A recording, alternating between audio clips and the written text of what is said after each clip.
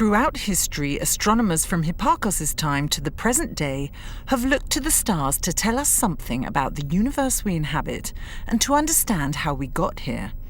The European Space Agency is about to launch Gaia, a dedicated astrometry satellite that will map 1 billion stars of our Milky Way, unlocking the structure and history of our galaxy.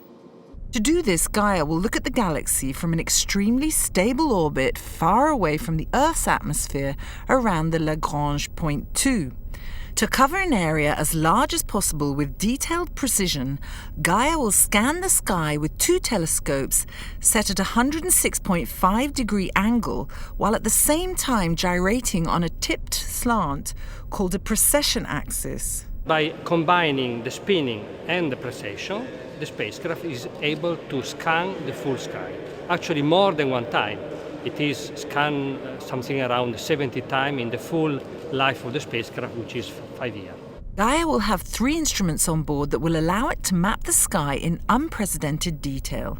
An astrometric instrument will measure the position of stars, while a photometer will deduce the temperature and chemical composition of celestial objects by analysing their colour spectrum.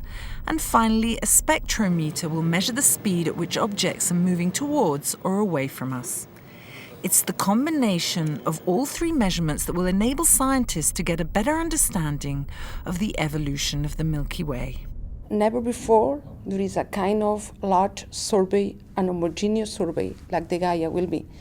So the combination of the properties of the stars plus the motion of the stars will tell us families of stars and make us to reconstruct the history of the galaxy.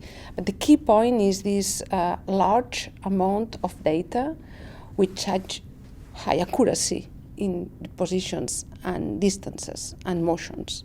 But it's not just the stars that Gaia will be mapping. Its data harvest will be of almost inconceivable size and is expected to contain the discovery of thousands of new celestial objects, including asteroids, comets and exoplanets, as well as stars of all ages. By far, most of the objects Gaia is going to detect are stars, because Gaia is optimized for stars.